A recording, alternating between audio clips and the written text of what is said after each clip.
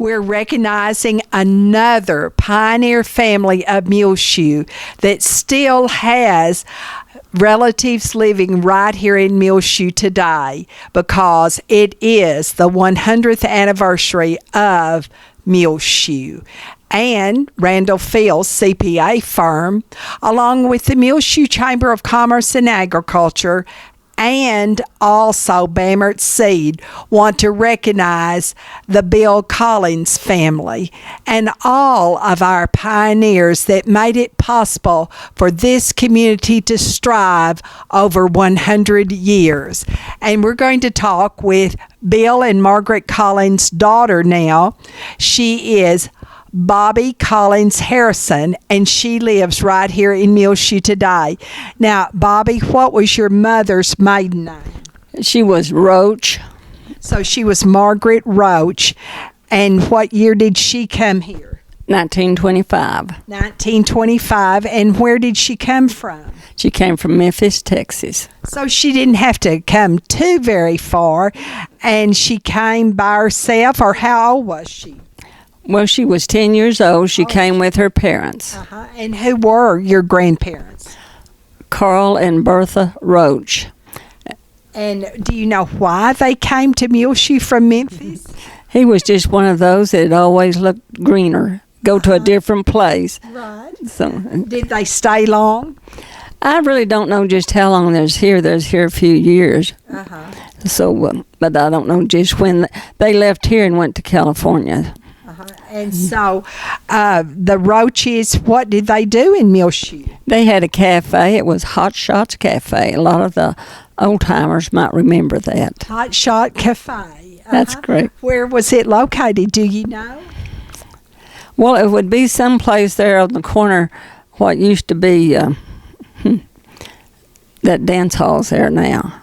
Okay, so it would be at the corner of Avenue B and Main. It wasn't on the corner because there was a filling station there. That old Phillips station. Yeah. And then it was be next door to that.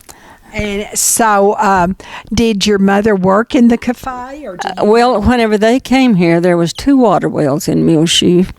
And she carried water some. One of them was, what they say here, it's on Main Street. The other one was a few blocks over. And she got to carry some water for the cafe.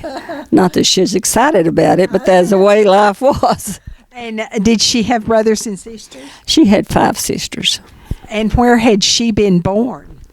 She was born in Tennessee. In Tennessee? She was born in... Well, I'll figure it out in a minute. I have that written down. She was born in Memphis, Tennessee. In Memphis, Tennessee, and came here from Memphis, Texas. That's right. And so, and she was 10 years old when she came here. Now, were there older sisters that came with her? Mother was the oldest of the 6 girls. Is that right? No brothers. No brothers. And then... Mother said that was really a bad sandstorm the day that they moved here. Of course, all you had was dirt roads and wooden sidewalks, if you had any. So wooden sidewalks. Yes. And did she go to school then in Muleshoe? Mother went about 6 years in the old Mary DeShajo building.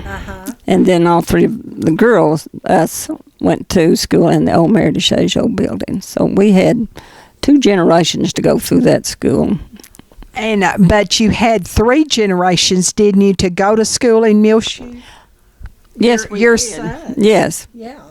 My sons, and they went to Mary DeShajo also. I'm not sure just exactly. I don't remember if the building had been changed at the time they started school or not. Yeah. But yes, we had Mother and me and my sons. That'd be 3 generations. And that's something.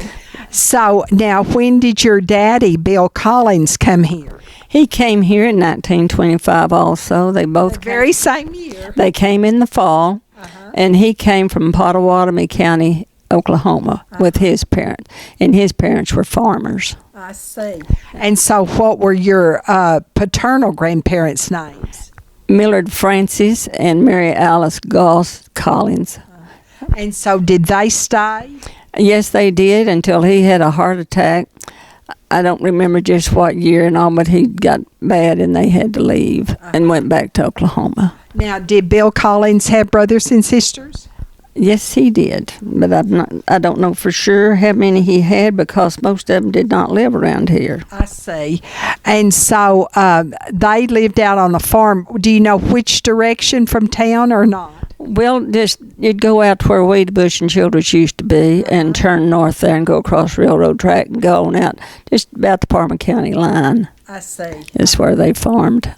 And so now your dad came here when he was what age? Well, he was born in 9. That was in 25. What does that make him? 16? He was born in 09? 09. 09, uh-huh. And came here in 25. Does that make you 16 years old or 26 years old? 16 years old. Uh-huh. And so how did your mother and daddy meet? I think he came into the cafe and mother was in there. And so most of the people we've talked to, families, have been farmers. So now we've gotten somebody who now is going to cook for the community. Yes, and they enjoy it every year they was in the business, I think. So now, where did your parents marry and when? They married in Clovis, New Mexico, October the 31st of 1931. And they had how many children? They had 3 girls. Billy, Bobbie, and Betty. Uh-huh. All bees. All bees. And Billy was who? She was married to Bill Jeter, so she was Billy Jeter. Uh-huh. She was born in 1932. And then in Muleshoe? Here in Muleshoe. All 3 of us were born here in Muleshoe. Uh-huh. And then I was born in May of 35.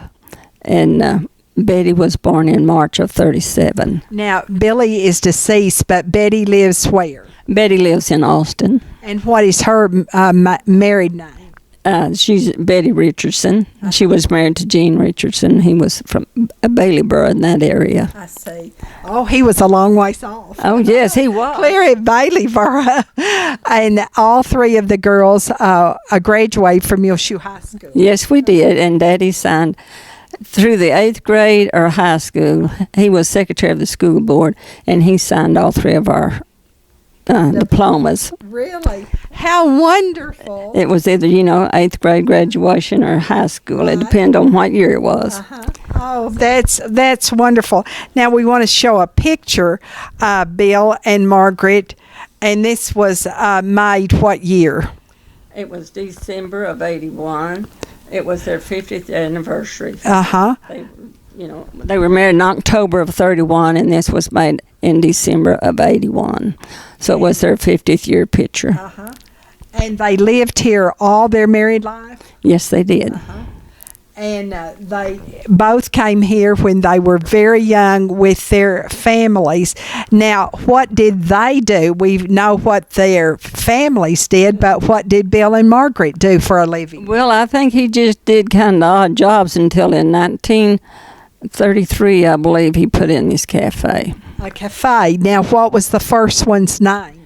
Bill's. Bill's Cafe. And where was it located? It was there probably in Carolyn's parking lot now. Uh-huh. It was on the north end of Main Street. On the very north end of Main, and sort of around the area where the National Mule Memorial is today. Yes, it would be on there where Carolyn's Christmas Creations. Right. And now, what happened to that building? Because it's not here today. Well, I don't know what happened to that building, but the first cafe they had was right on more out on the street, and it did burn. It burned. And so with $40, they started this other one. The second one. And it had all of 9 stools. Oh, my. It was a big going Jenny. I mean, it really was. Now, do you know any prices that they charged? All I know kind of is what might be in here. I'm not sure if you could, get hamburgers for 10 cents and hot dogs. They had the hot dogs and coffee and candy that's 5 cents a piece. So there was room for the 2 or 3 cars to park in front.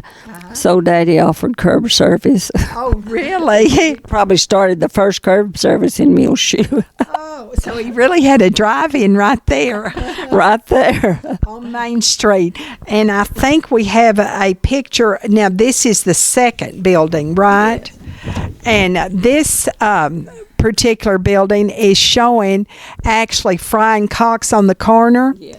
And it looks like that they not only carried Minneapolis moline, but they also carried gas. Looks like by those gas pumps. There's 2 pumps there. I really don't remember all that. Yeah, But in this cafe, they just had 6 stools, I think. Okay. This was the second one? Yes. Okay.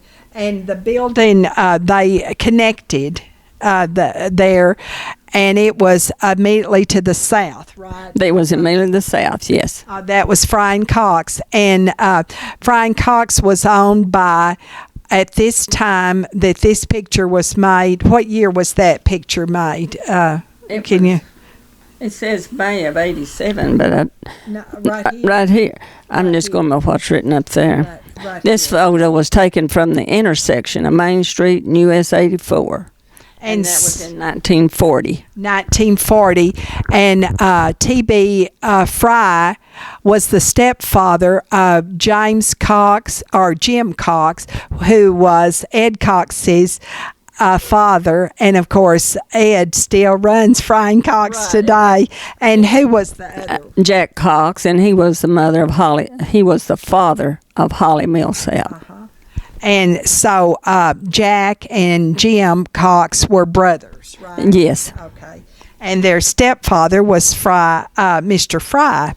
So that was the second location, and it looked like that they had a good business, do you think, with those kind of prices? Well, I think they probably did, but at that time you have to remember there wasn't too much price very high in the Depression time. Right, sure. Okay, now, what about this picture? This is the second cafe. Second cafe. Now, let me see. Yes, and I think it had 6 stools, and that's my sister Billy. And mother, the little girl is her sister, Billy, and Billy is the oldest of the 3 girls. That's right. And then Margaret and Bill Collins behind the counter. Now, today in a cafe or a restaurant, you don't see a counter like that too much. You don't see a counter and a bunch of stools. No. Even, if we call it a coffee shop, it might, but I don't know whether it is or not. You just don't see them like you used to. Now, this cafe was located where? It was located right there by the Minneapolis house. Okay, right by Frying Cox. And this was what year? It was September of 1935. And that was 1935. It had 9 stools. 9 stools. In this location, they built that in 44, but the picture was made in 47. Now, we don't know the first man sitting at the bar stool, but the second man is who? Ellen McGee. And what about the third man? L.S. Barron is how I knew him. He may be a junior, I'm not sure. And what about your dad? Where is he? Well, I think he's here at the back, isn't he? Standing at the very back window. Yes. And then your mother's one of the waitresses. She's the one closest to the men there at the end of the Now, did she always work with your dad? Yes, she did. He said every time he built a cafe, he planned for her not to be working. Oh, okay. But my mother was one that she needed to be involved, and so she was either waiting on tables all the time or she was running the cash register. Now, were they still serving the same menu, hot dogs and hamburgers? Well, they had, at this cafe, they had put in where that they would have plate lunches. Oh, my, they were uptown. And yes. Now, what would some of the plate lunches consist of? Well, it'd have meat, maybe a couple of vegetables, and then you would get a little bowl of salad while you waited. And so, Dessert. and did you get a drink with that too? I'm not sure if the drink was included or if you paid for the drink. And how much do you think a lunch would cost? I think some of them was like 85 cents. 85 cents. I'm not real sure on that. And now, what about this place? This is a different name. It's not Bill's. Oh, it's the Muleshoe Cafe. This is the Muleshoe Cafe. Oh, okay. And this is a picture made in a parade. And Fred Clements was on top of the SPS building and taking pictures. I don't know if there was a parade going on or just what, but I feel like there was. And he just happened to get that sign in the picture. And the little girl there is your sister. Which one? It's Betty, the youngest one. She's the one headed toward the building with it. Looks like she's got a sweater on her back or something. So what year do you think this was made? Probably about 1953, 54. Let's see. And so the cafe, Muleshoe Cafe, was real close by in the 200 block? Yes, it was. So they'd move uptown, you might say. They built it right next door to the one that Miss Schuster had her jewelry store, and that one had been their Bill's Cafe. And then they built this one right next to it. And there's metal on those buildings in the front. Yes, as far as I know, they're all, they were fixed for the school. And so your mother and dad are both there. Your dad has an apron on, and your mother's standing nearby. Yes, that's my mother. They'd come out to see the parade, don't you? Yes, I think so. Now, this is in that cafe. Yes, that's Muleshoe Cafe, and your mother and father, and there's a waitress. This is Elmora Magby. Elmora Magby. Burroughs, his wife is Orva D. Yes. That's her sister. Her sister. Yeah. Orva D. Burroughs' sister. Yeah. And this is where they had the booze and the tables. Before that, all they'd ever had was stools. I see. So now they're going to serve how many people do you think in this one? Oh, I think it said they could seat about 40. Oh, goodness. They were really taken care of. Now, what kind of hours do you think they worked?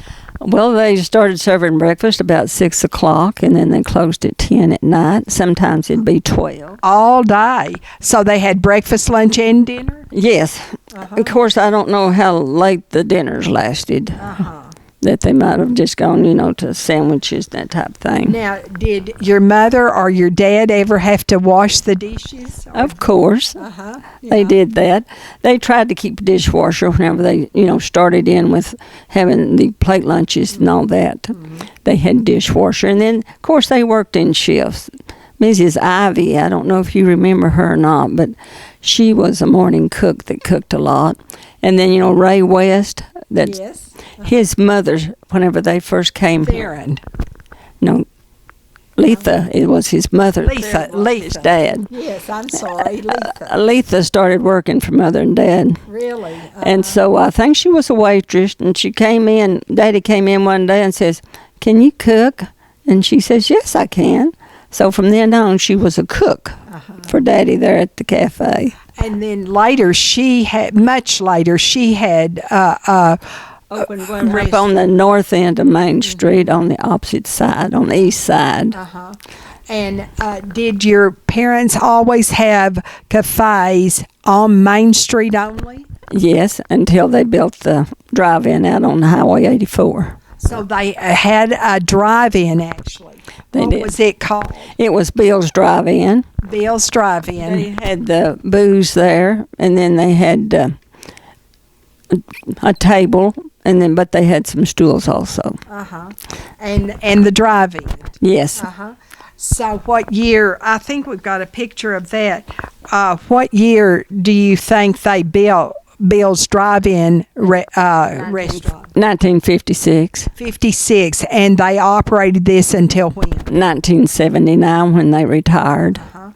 And so where was this specifically? Where the Stripes station is located. Okay, right there on that corner. And you can see in this picture the motel that still is there today across the street to the east of Stripes. It still looks the same. Yeah, it does. It hasn't changed, just the corner has changed. But I was looking here to see the drive-in was on 19th Street, the Highway 7084, and said 24 people could be seated inside with unlimited parking and curb service. And then, I thought there was other stuff in here I wanted to tell you about. But one thing, whenever they had the cafe downtown on Main Street, they stayed open on Friday night. They would just stay to feed the football boys. Oh, really? They fed Muleshoe, and then they also fed the other team. No one was allowed in there at the time, other than that was associated with the players. And Betty said she really had some girlfriends that sure did like to go down there with her on those nights. And then whenever they had the elections, well, E.R. Hart Building, where the old Higginbotham was, they put a big blackboard up there, and they kept the count of all the votes. So Mother and Daddy would stay open late then. And, of course, everybody came to town on Saturday night and election night. And so they did, things were pretty busy at that time. And what you have to understand is the reason they had the blackboard up there, and it wasn't just in Muleshoe, it was all small town, or maybe even larger towns, was because there was no newspaper that would come out that fast with election returns, very few radio stations, and also no TV at all until the mid-1950s in Lubbock. So this was the way the people got the news about the election. But I think on that blackboard, now correct me if I'm mistaken, what you got was the local election returns. It wasn't nationwide or statewide. No, they just stayed open for the county election, and you had to wait for those from the south part of the county to come in. And it might take a long time for them to get from Beulah or Maple get into town, because then cars might run 30 miles an hour, maybe up to 40. I don't know just when they got up so fast, what year, but they didn't run too fast. Well, and I can even remember one time not too many years ago that it snowed, and there were really slick highways, 214 south of town, and that box from down there south didn't come in for a long time, but they could call it. But in those early days, those communities didn't have telephones, did they? No, it was a long time probably before they got phone service. So it was always interesting, on election night, everybody stayed in town to see what was going on, at least pretty late. So that's certainly a sign of that time, that blackboard up on some business downtown. Wasn't it usually on Avenue B, where that was actually B and Main on the side of the building, or not? No, it was up over in the front of what used to be Higginbotham Barley. It was E.R. Hart's building, and it has that. Where Newton Appliances. Yes, and it has that. What am I wanting to say? It comes out over there. Awning. It's built there, and so they would get on that. And somebody'd be over there, and there's always writing and changing as it came. And it was with chalk. Yes. So it was an interesting time. Yeah, and no internet. Well, and back then, Daddy sometimes would take food over to the jail because they didn't have a cook. Oh. They didn't have a place for a cook. It was that old jail that was upstairs in the courthouse. Yes, it was really up over the second floor and sort of the attic. A little winding stairway to go up. Yes, very, very narrow and very steep stairs, if I remember. And today there's a law library up there, but you can still see the jail cells. Oh, I didn't realize that. I hadn't been up there in years. Yeah, I've been up there just recently, and there's still the door there. That's where I need to take my grandkids sometime if they ever come and stay long enough and catch the courthouse open. That's right.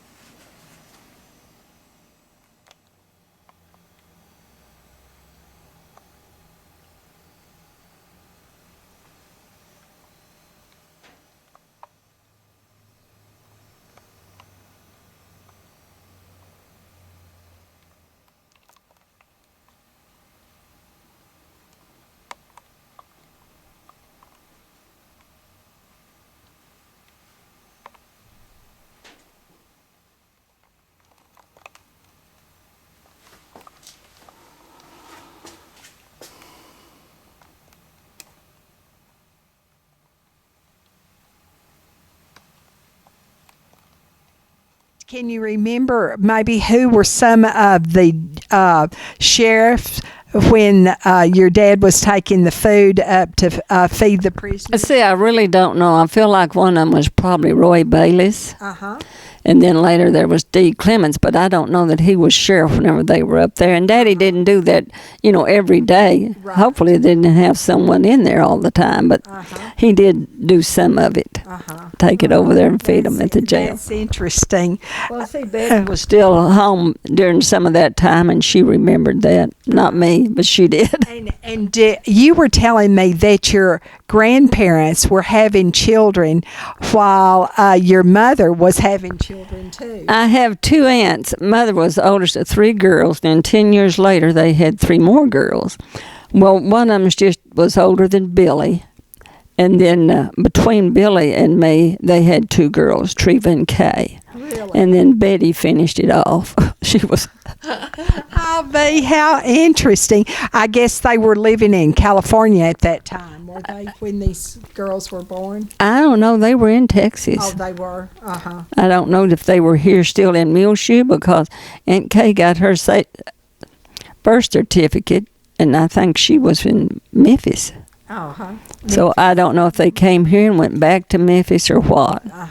But so there was just girls in Mother's family, and and then she and Daddy had three girls and no boys. But when it came grandkid time, they had more grandsons than they did granddaughters. And you married whom?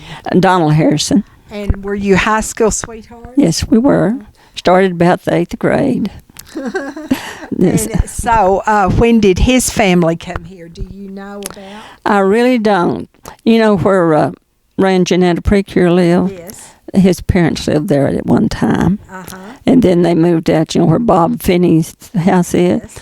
They lived there. Now, I always understood where Bob Finney lives was Old Hurley. Am I wrong? I think you're wrong. Donald's mom used to say that. But out where Beverly and Aubrey Hetherington built that house and Nancy Kidd's out there, there is a... Wasn't there two Hurleys, Old Hurley and New Hurley? I don't know. But his mom used to say that was Old Hurley out there where they lived. Well, that's what I had always understood. Yeah. And so you all had how many children? We had two boys, Donald Glenn and Greg. And they both graduated from Muleshoe High School. Yes, they did. And they were reared right here and went to school, I guess, all the time in Muleshoe. Yes, they didn't know any other place to be. No, we did custom harvesting, and we were gone a lot, and through the summer. Sure. So they got to see lots of country that way. They missed out some stuff here at home, but they got educated other ways. Right. So where do the boys live today? Donald Glenn is at Yukon, Oklahoma, which is Oklahoma City. And then Greg is at Decatur, Texas. How many grandchildren do you have? I have 6. Donald Glenn, I said, Greg has a girl, and then he had twin boys. And then Donald Glenn had one son of his, but he married a lady later, and she had 2 girls. So I had 3 granddaughters and 3 grandsons. Now, do you have any greats? Just 4.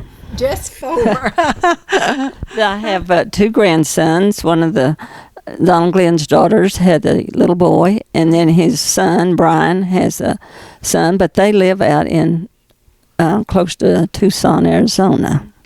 And that's too far away. That is a long ways off, about 12 hours or more driving. Yes. And then Kristen, Greg's daughter, married an Aggie, and she's an Aggie. Oh. And they have 2 little girls. And so any other memories about Muleshoe and early days, or when you were growing up, or any stories of your mother and dad's cafe that you want to share?